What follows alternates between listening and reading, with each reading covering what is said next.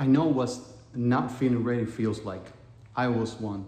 I one time felt not ready when I left Cuba on a raft. But I'm telling you, the answer is do something, do an action, because that's how you escape whatever you're feeling. You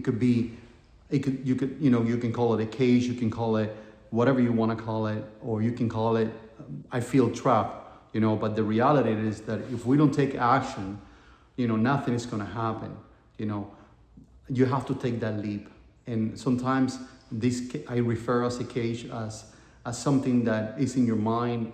Maybe you feel the cage could be that you don't have enough money. The cage could be that you feel that you don't have enough health. The cage might be that you feel that there is nothing you can do about it, and there is a situation you cannot get out. But I'm telling you, you can get out of it.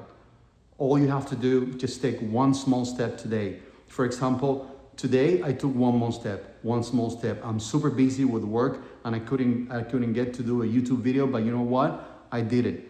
Even though I'm not ready, maybe I haven't shaved myself, but you know what? Let me put myself in front of the camera and take that one small step. All I'm doing is a 60-second video.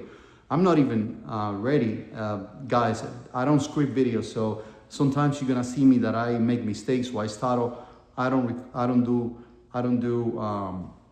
scripts. All I'm telling you is from my past experience. Like I said to you, I came on a raft when I was 23. I didn't have time to prepare.